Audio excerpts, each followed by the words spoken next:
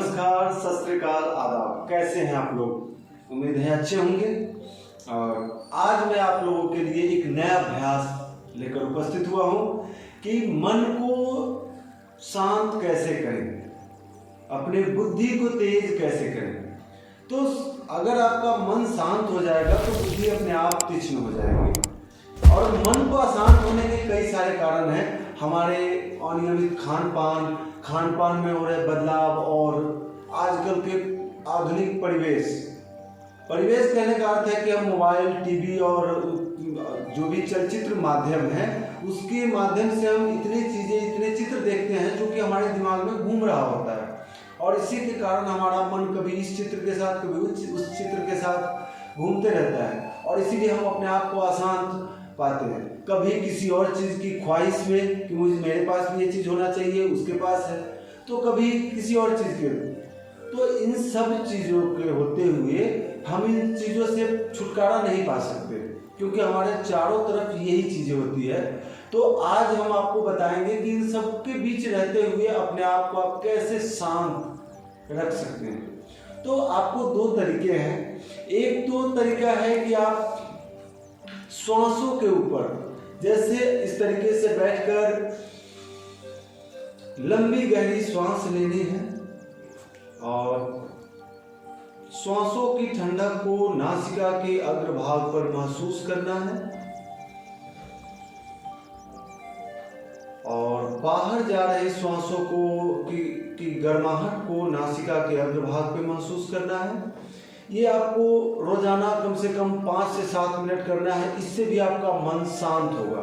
दूसरा, प्राणायाम के जरिए आप अपने मन को शांत कर सकते हैं, बुद्धि को तेज कर सकते हैं, याददाश्त को तेज कर सकते हैं। तो उसके लिए 2 प्राणायाम बहुत लाभदायक है। सबसे पहला है नाड़ी शोधन और दूसरा है भ्रामरी।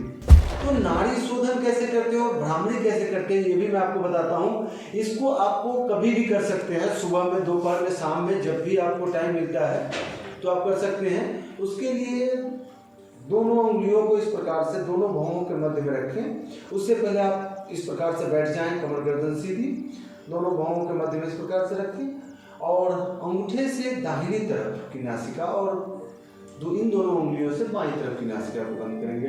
अब यहाँ पे नियम समझना है कि पहले बाएं से लेना है, दाहिने से छोड़ना है और दाहिने से लेना है, बाएं से छोड़ना है।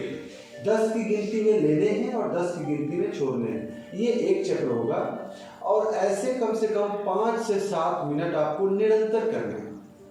मैं एक बार आपको करके दिखाता हूँ।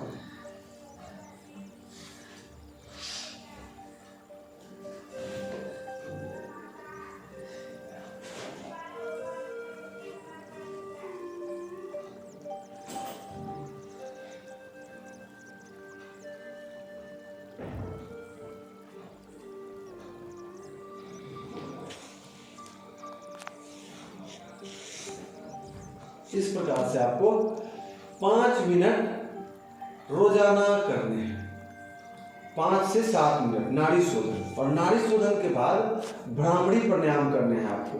भ्रामरी प्राणायाम 2 प्रकार से किया जाता है।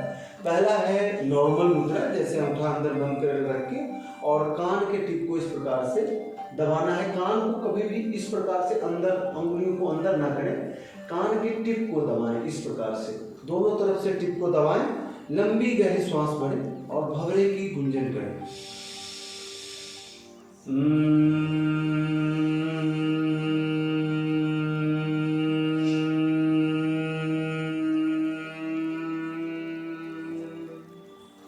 इस प्रकार से आप 5 से 7 मिनट इसे भी करें। लेकिन ध्यान रखें कि जिनको भी मिर्गी का दौरा पड़ता हो वो इस अभ्यास को ना करें, भ्रामरी को ना करें। बाकी मिर्गी वाले नाड़ी शोधन सभी कर सकते हैं, सबके लिए लाभदायक है। और वो दोनों फायदे के अलावा यानी मन शांत और बुद्धि के तेज होने के अलावा नाड़ी शोधन के और भी फायदे हैं कि आप चुस्त यानी हमेशा फुर्तीला, ऊर्जावान महसूस करेंगे। आपके शरीर में ऊर्जा, ऑक्सीजन की मात्रा बढ़ी हुई रहेगी तो ऑटोमेटिक आप अपने आप को ऊर्जान्वित महसूस करेंगे। तो उम्मीद है कि आपको हमारे द्वारा दी गई जानकारी अच्छे से समझ आई होगी। और यदि आपको किसी प्रकार की जानकारी चाहिए योग से रिलेटेड, किसी भी प्रकार की जानकारी, तो आप हमें कमेंट करके बता सकते हैं। हम आपके लिए वीडियो लेकर अवश्य उपस्थित होंगे। तो तब तक के लिए नमस्कार, जय हिंद, जय भारत।